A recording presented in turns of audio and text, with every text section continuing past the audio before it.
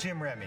I've been a PGA member since 1984, and now I'm serving as the career consultant for the Connecticut and New England sections.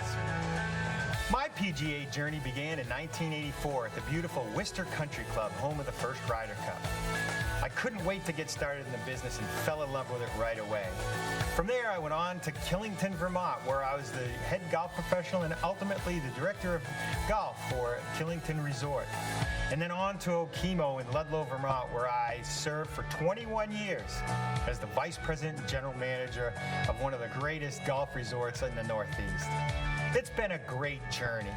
And during that time, I've had the opportunity to serve our membership through many different ways at the chapter level, at the section level, and then on to the national level, and with the final result being serving as the national PGA president in 2009 and 2010. Today, at this point in my career, I can't think of a better time to serve as a career consultant for the New England and Connecticut sections so I can continue to help our PGA members on their individual journeys. As a PGA career consultant, I'm here to serve you and help you develop your career as a PGA member. I look forward to working with you soon. So please don't hesitate to contact me if I can be of immediate service.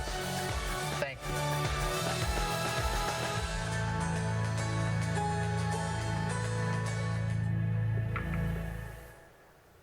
Hi, Jim. How are you? I'm doing great. How are you doing? In this crazy times, it's great to see your face, and I always love seeing you, Jack. It was fun to ski with you last winter, and I'm so happy to be here with you today. Yeah, it's great to actually be talking, and it's not quite summer. We're honing in on summer, but usually, we're talking on a chairlift or in a ski lodge, and this is different because we're over 100 miles away due to this COVID-19 pandemic that we're all subject to. But it's been quite a run for you, I would say. Starting whereabouts with the golf career?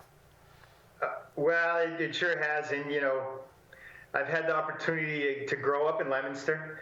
And quite honestly, I left Leominster right after high school, and I still miss Leominster. But I've had a great career doing something that I love more than anything in the world, which is being involved in sports. I've had the opportunity to really spend the last 46 years of my life after graduating from Leominster High in the sports world. Between the ski business and the golf business, I've had a wonderful career. And I can remember sitting in English class at Leominster High School thinking, if I could figure out how to make a living in sports, that would be perfect. And, I think a lot of people thought I was a little crazy back then in 1972, but I headed out, and I've had just an incredible lifetime career doing what I love to do. I always say I've never really gone to work. I just get up every day and go to the golf course of the ski area, and it's been a great career. Now, I can remember a story you told me, I think it was last year on the chairlift, where you basically said to Ken Healy that this is what you were going to do. You want to relive that story for me? Yeah, it's funny because I started working or skiing at Pheasant Run in Leominster back. For those of you who remember, the little ski area was a great place. A lot of good skiers came out of there. There's no question about it. And Ken Healy was the owner, and I can remember working for him when I was 14 years old. I think I started working for him, started teaching skiing a little bit, and then on to becoming the ski coach there and so on. And I can remember telling him, when I was 17 years old, that last winter I was there, which would have been 71, 72 season, I said, I'm going to make a living doing this. This is what I want to do, and this is, I'm going to go out and I'm going to make a living in the ski business. And I'll never forget, he kind of laughed at me. He said, "Sure, kid, you don't know what you're talking about." And off I went. And it was an awesome time for me because I had a couple of people who I looked up to. Some Leominsterites might remember Dave Burgo and Steve Florio. They were two great skiers that came out of Pheasant Run. They went on to be in the ski business. And it was really because of Dave and Steve Florio that I wanted to do it, because I saw them do it before me, and so it got me fired up, and then the rest is kind of all fell into place. You know, how I got the golf business was pretty interesting. A couple of people, followed that track. Dave Buckley was another one who came out of Leominster and went to Mount Snow, and I remember him telling me a story of a group of them went up to Mount Snow because they wanted to get involved with ski bunnies.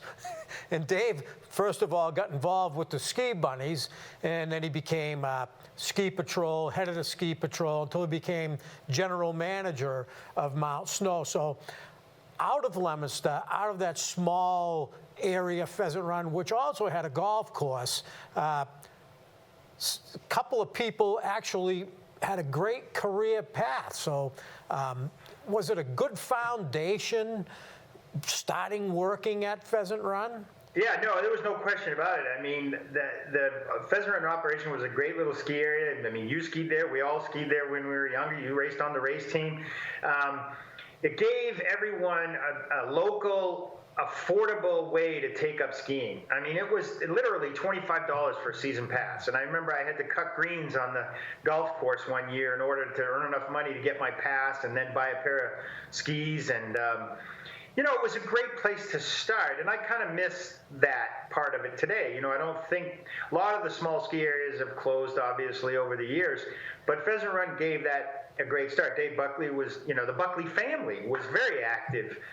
Kevin and Sue Buckley and Mr. and Mrs. Buckley were active with the ski team.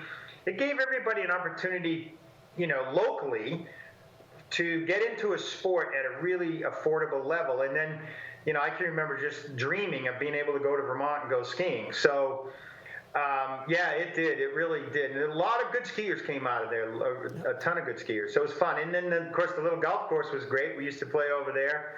I used to sneak over after school at Leominster High when I was a sophomore or whatever and play golf in the afternoon. And it was just a fun place. I miss it. I still drive by once in a while and just to kind of relive the memories of that great little place.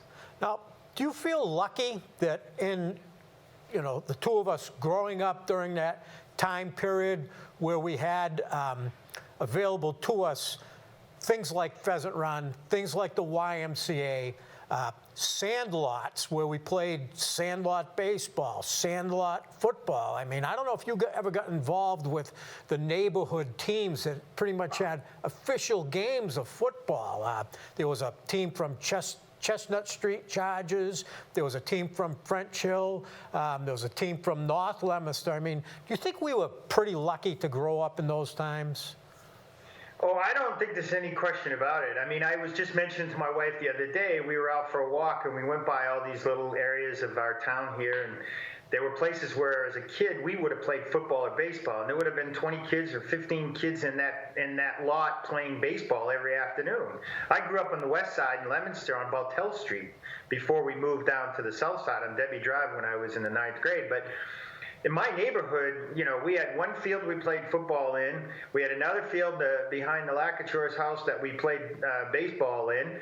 The Zephyrs family, of course, Ed Zephyr, I'm sure. And, we used to play touch football every fall in his yard.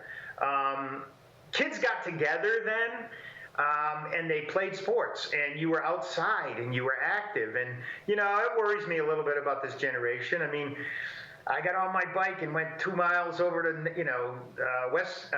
Northwest School to play Little League. I was 8 years old. I was riding my bike 2 miles to get to the baseball game. And it was just a great sports town. I mean, I played Little League baseball at Northwest and on the west side, and then I played Babe Ruth baseball and junior high baseball, JV baseball, football for Huck Hannigan, Pop Warner, for Larry Boycino. Just a great time to grow up in Leominster. Is sports, and not that Leominster isn't a great sports town, it still is today, but our generation, there were a lot of kids, and they wanted to be in sports, so it was fun. The difference I see is that it was so much more informal. We had the ability to, to organize ourselves, to get on our bikes. I mean, it's not easy to ride a bike around town today. I mean, we would get on our bikes, and I can remember going up Main Street to Bernice Ave to play baseball at the fields on Bernice Ave, and playing all day and riding our bikes home, stopping at the turnout on the way home, getting thirsty again, stopping at Lane's Market near Bennett School. I mean, the facilities we had, Bennett School. And let's jump to Doyle Field. Do you have any, besides high school football, do you have any memories of Doyle Field when, before high school? I have one particular memory of the Hill, playing, football on the Hill during games. Do you have any memories of Doyle Field? Oh, absolutely. Obviously we played baseball there. I played Pop Warner football there. That's where we practiced. I was on the Leominster Giants. So when I was, 12 years old, I played football there. It was, such a great place. There were tennis courts and the football field. We were so proud of our football field. Leominster High School players were so proud of that. I mean, Doyle Field is a true gem. And I think when you're growing up in Leominster, you aspire to play at Doyle Field. When you're in Little League, you go watch a high school game and you want to play baseball there. When you're in Pop Warner, or when you were playing touch football in Bowtell Street, you wanted to play football at Doyle Field. It still today is an awesome place. I came to a couple games in the last few years, which I really enjoyed getting back and seeing some games there. Just great memories of it. I mean, in Pop Warner, you either performed or you ran laps, and I can remember running laps quite a few times around that field. And we had the upper field where we played Pop Warner, and it didn't have the greatest grass conditions. I mean, it was a lot of concrete, and when it rained, there was a lot of mud. But I have memories of those pickup games with, I don't know if you remember, Anthony Delachiae. He ended up being a musician. He was the fastest runner in the world, and it was like, we need something. Anthony, take the left end around, and he would always make a touchdown. But Doyle Field's got some great memories. Again, playing football on the Hill during the high school games. And I'm going to kind of jump around a little bit here. We've got some pictures, a couple videos that I want to show you, and we're going to bring them up. There's in no particular order, and we'll show you a picture. And I just want you to, give us a thought on what this picture does, what emotion it elicits in you when you see it. The King. I've had the honor of being with Mr. Palmer many, many times. One of my first experiences with Mr. Palmer was when I was newly elected to office at the PGA of America, and we went to Laurel Valley out in Pennsylvania for the Senior PGA Championship. And I can remember going through the line and meeting Mr. Palmer, and I was introduced as the new officer of the PGA, and he was, as he always was, just an incredibly nice person. And I can remember trying to tell Mr. Palmer how much he meant to my family, because my mom, who never played golf, which is really interesting, always loved Arnold Palmer. And she had passed away earlier that year, so I remember my first experience when I shook hands with Mr. Palmer was I tried to tell him how much he meant to my mother. And, of course, I had tears in my eyes because I was thinking of my mother. And Mr. Palmer just reached out, put his hand on my shoulder. He was just so nice. He's the king. The greatest golfer, in my opinion, ever, not just because of his ability, but also because of the person that he was. And I got to spend quite a bit of time with him when I was in office, and true gentleman and the king of our sport. Now, one thing I notice about golf and golfers in particular is you mentioned the word gentleman, and it seems to come across in pretty much every golfer that I've ever really known. I'm not the greatest scholar on golf, but they do all seem to to portray that gentlemanly attitude, and it's kind of a neat thing that I heard you say he's a gentleman, and you referred to him as the king. I mean, and that doesn't come lightly. That's right up there with Elvis. So let's go to another picture, and again, no order. Let's see what this brings up. That was my Little League picture. I think, the Northwest Little League field, the Indians. I can't even imagine. I was probably 8 years old in that picture. My love of baseball started when I was young. I always loved baseball, and I think if I could have done anything in life, I would have been a professional baseball player, but I wasn't good enough for that.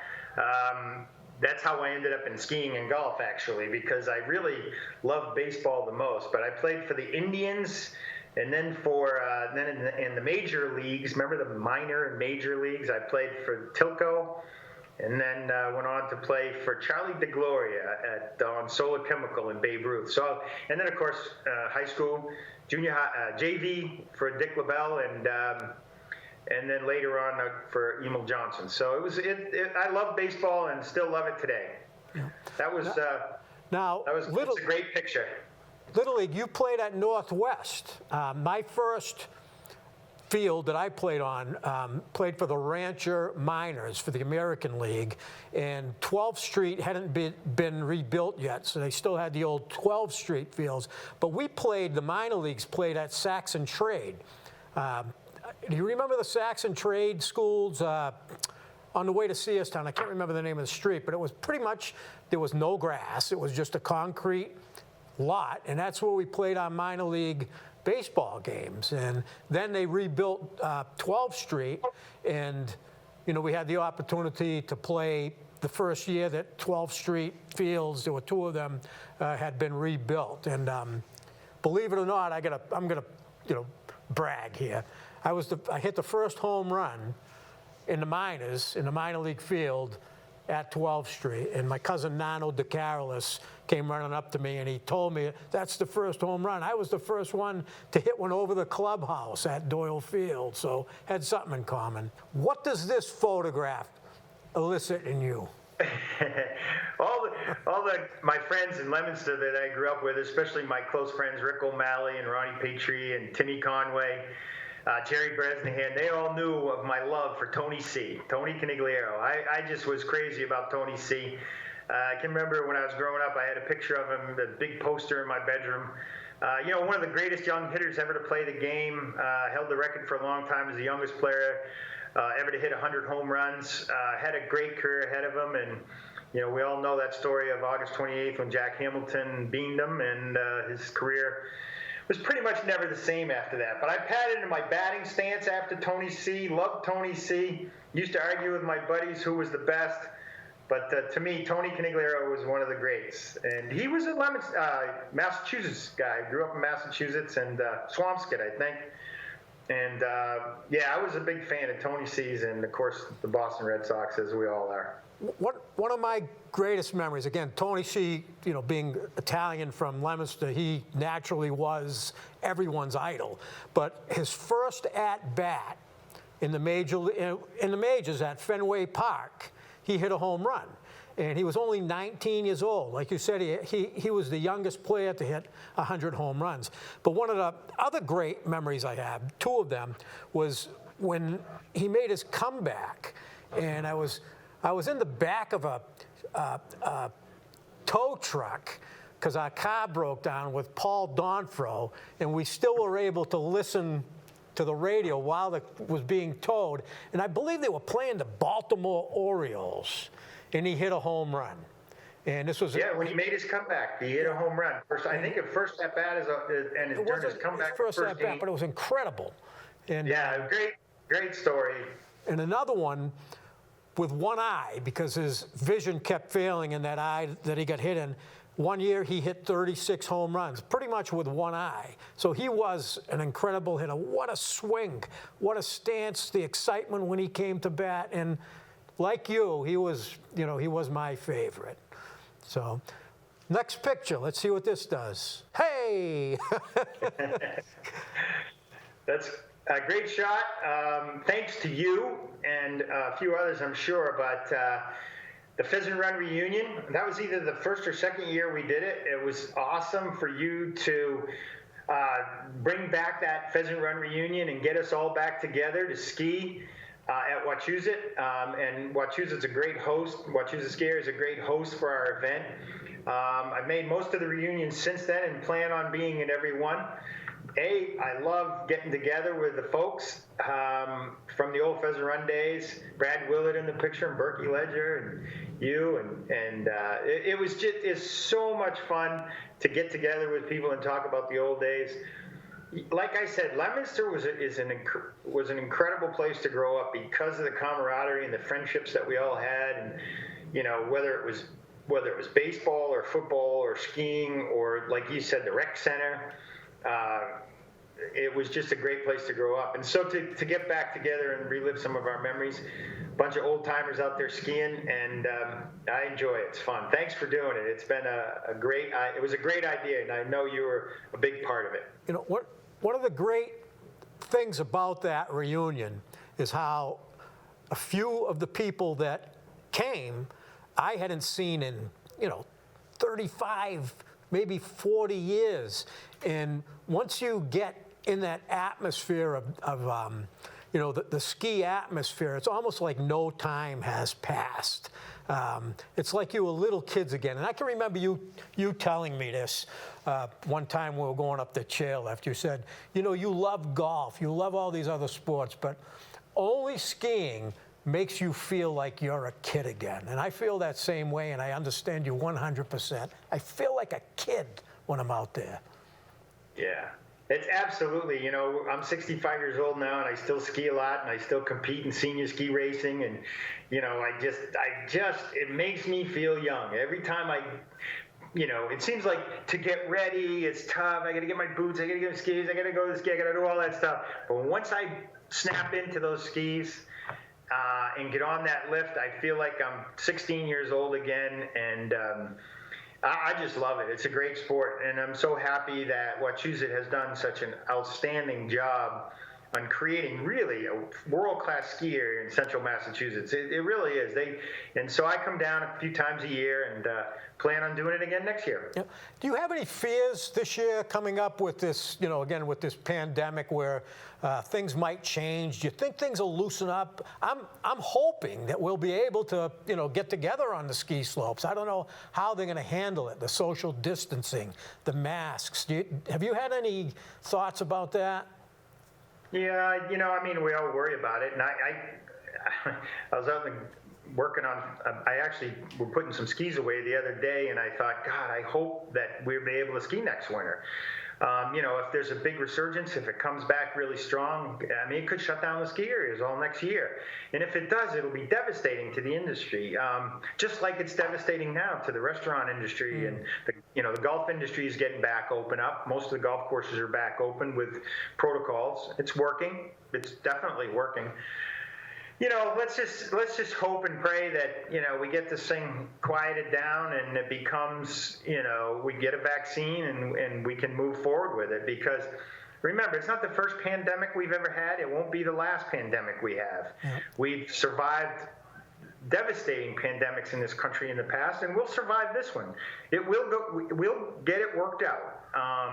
And I just hope that it happens fast, because I worry so much for people in business and the effect that it's had on them.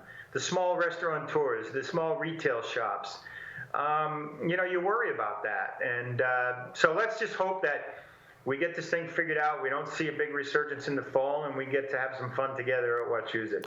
Not only in business, but with the ripple effect where people aren't able to get out to the ski areas. It affects the food industry, affects everything. The hospitality industry. There's effects right down the line. But personally, I look at it. Skiing is my drug of choice. And without that outlet, I don't know what I'm going to do. I get out there and I come back, like you said, I feel like a kid. I feel renewed. I feel young again, and I'm just hoping that we can get through it. We've got a video. I want to go. I think it's number 9, Bradley. I want to see what this video does. It's not in complete order, but you'll get the gist of it. And let me hear what your memories are of this, and the feelings you have about it. That's Clammer in the Olympics, isn't it? Yeah. Yeah. One of my heroes, obviously. there probably wasn't a greater downhill racer ever than Franz Klammer. And that was some exciting footage. You know, I still watch ski racing now on the Olympic Channel in the wintertime. I watch it. My wife goes in the other room and I sit there and watch ski racers come down a crazy hill for 2 hours. But I still love it, and not sure there was any time in Olympic history there was a more exciting run than the run with Franz Klammer. Now, you know, people say you always remember specific things of where you were, you know, where you were when the Twin Towers came down, where you were when JFK was shot. Do you have any memory of where you were during that run? Absolutely. It was after skiing at Okemo. All the ski instructors used to go to a little bar called Dad's Restaurant at the time, and it was live on TV, and the place was packed, jammed with skiers after a day of skiing, and we all watched that, and people were yelling and cheering, and I can remember watching the one Billy Johnson one too. Is pretty exciting. Up in ski country, in those days, the Olympics used to be a big deal, and everybody watched them. So, yeah, it was fun. It's always been fun. It's like everybody remembers where they were when the U.S. Olympic hockey team won. And I got another video here, and this shows a person that you may have some memories of, and I'd like to see if you have, you know, you could share with us any memories or insight into what this gentleman did for you. High school players and perhaps coaches like to feel secure, and as soon as you felt secure that you finally had the upper hand, that seemed like the time that the other team would just rise up and say, like, heck, you have the upper hand. And I recall the game, I guess, that most vividly was when the great Alan Glennie was leading the Fitchburg High team to an undefeated season, and we went into that game as a decided underdog. And I remember my words to Coach Landon as we shook hands at midfield. I said, I really hate to spoil your undefeated season, but we had that feeling when we left the locker room that we had the momentum coming our way right there and then, and we went on to win that game 40-18. Yeah, I mean, I have great memories of playing football for Huck Hannigan. That particular game, I was a sophomore on that team, so I don't think I got in the game until the last 2 minutes. But, you know, what a great team that was, what a great coach he was. And not just Huck, but, you know, Pete Bolio and Dave Horgan and Roger Mercier and John Dubzinski and all the great coaches that we've had at Leominster High School. I mean, Huck, to this day, I recently did a post on Facebook, sort of a tribute to Huck Hannigan. And you can't believe the number of people that responded to it and liked it and commented on it. He was a great football coach, and it wasn't just because of his tactics and knowing the game, but his motivational skills. I'll never forget, you know, being in the locker room with Huck Hannigan when we went and played Arlington or Brockton.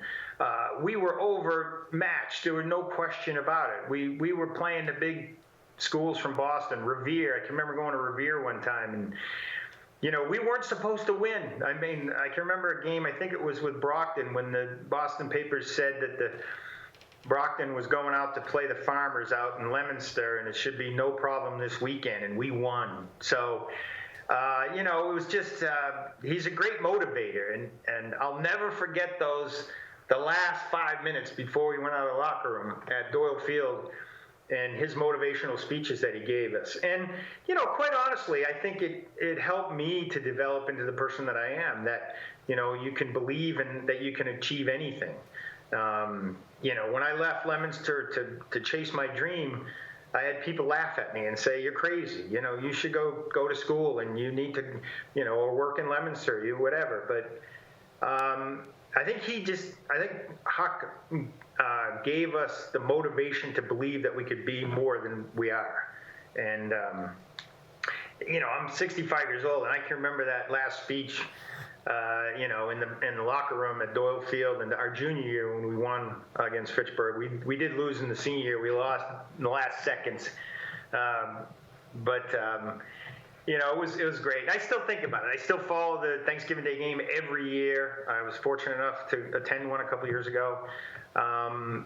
look, Huck was a great motivator. There's no question about it. He was a great coach, really Hall of Fame high school coach.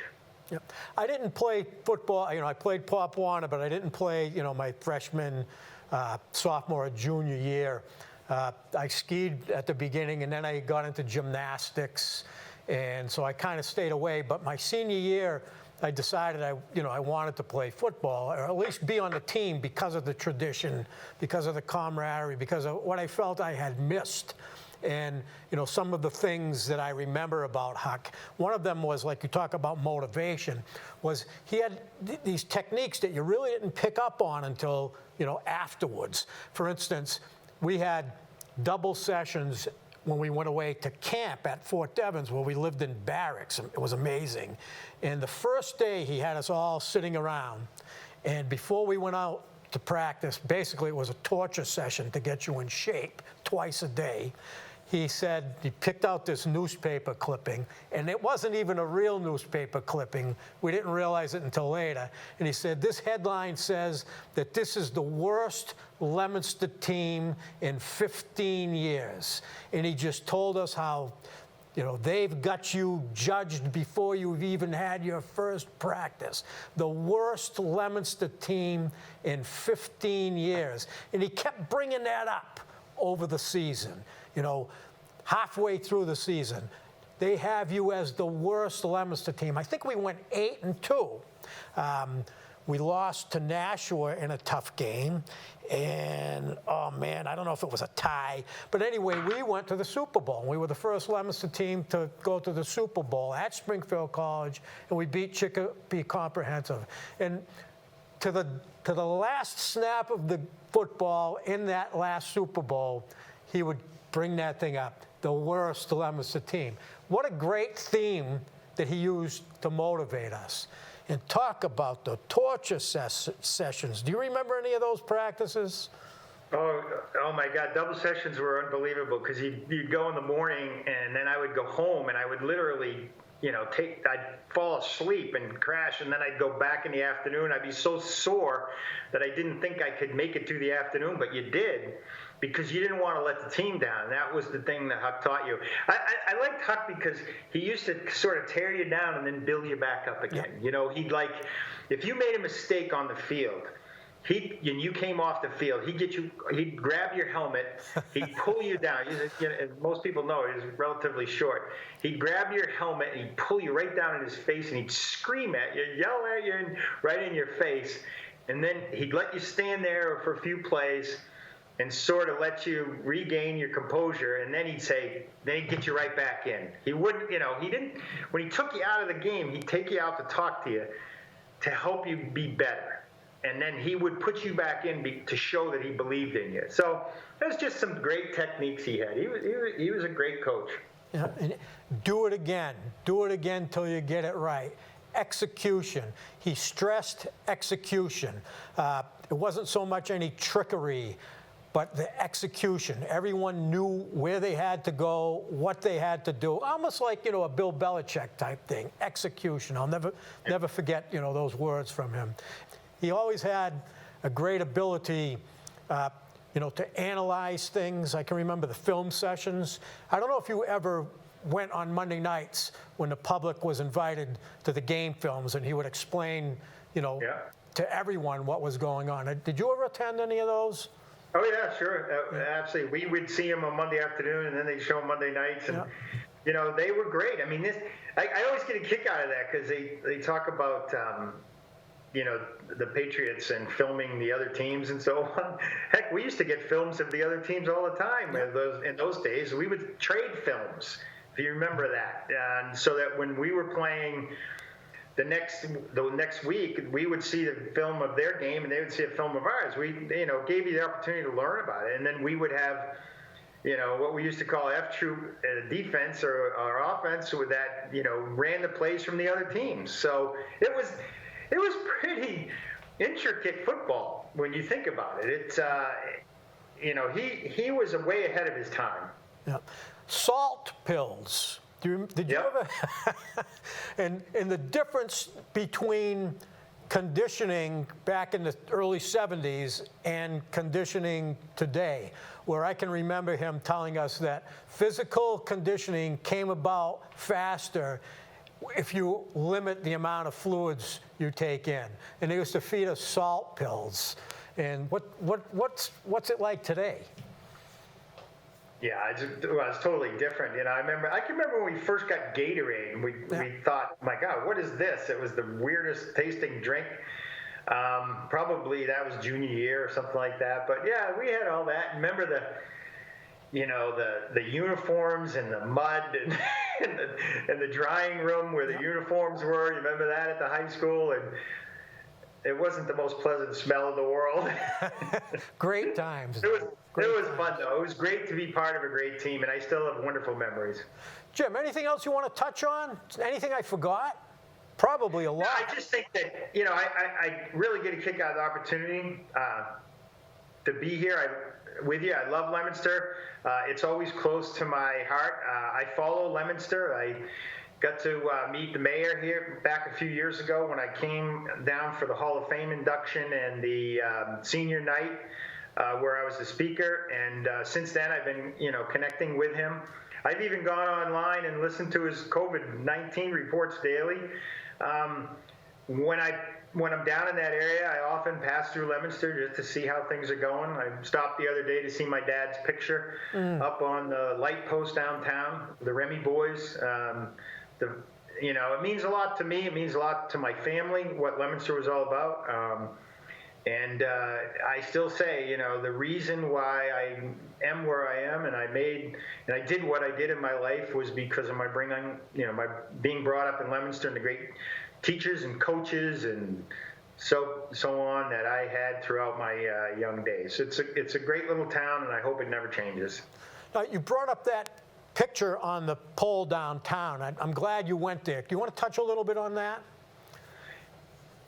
Yeah, my dad and his 4 brothers all served in World War II at the same time, and I got to see those wonderful pictures on the light post downtown, and there's a picture of the 5 brothers, Doria, Pete, Jim, Duke, and Charlie, and they all served either in the Pacific or in the European conflict in World War II, and they all came home alive, and which was amazing because they all saw combat, they all went through some really tough times. I think those honors on the light post are just awesome. So I actually stopped down there stopped by the cemetery to visit my father's grave a couple weeks ago, and I went downtown, took a picture of the light post with my dad's picture up there and the 5 brothers. He also had 2 sisters. My dad was the son of Dr. Remy, dentist in town, and my grandmother, Graziella Remy. They came from Quebec and raised 7 kids in Leominster, and a lot of people remember Dr. Remy. He had a lot of, he was a wonderful dentist, old school, and a lot of people still remember him. So yeah, it's pretty cool to have those up there, and my dad's obviously passed away by now, but it was a great honor. So we appreciate that. Great foundation, and how lucky are we? Yeah, we're really lucky to have grown up in such a great place. Nice talking to you, Jim, and hopefully we can do it again. And maybe this winter, if things loosen up a little bit and we get into some racing, we can do a little race course slope side interview, or maybe even do some filming from the giant slalom gates. That would be fun. We'll try to do something fun along these lines. Just to keep people honest out there, all right? But nice talking to you. Well, thank you. It's been a real pleasure to be here, and I appreciate the opportunity. And if there's anything I can do for you or anyone, please let me know. I still have a lot of friends in Leominster. Went down recently to Stowe Acres just 2 weeks ago and played golf with Tim Conway and Rick O'Malley, 2 of my high school buddies.